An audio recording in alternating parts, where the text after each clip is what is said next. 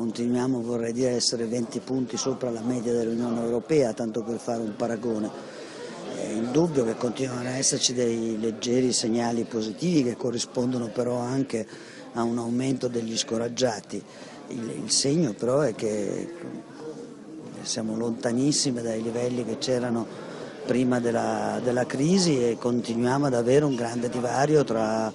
la forza lavoro tra virgolette adulta e il fatto che rimane un drammatico problema di disoccupazione giovanile. Per questo che bisognerebbe fare delle politiche che determinino concretamente la creazione di lavoro, mentre si è scelta ancora una volta la strada della riduzione fiscale a pioggia per le imprese. La giusta accoglienza è innanzitutto quella di fare dell'accoglienza diffusa, di non costruire un allarme ingiustificato, ma invece di provvedere a tutte le forme di solidarietà che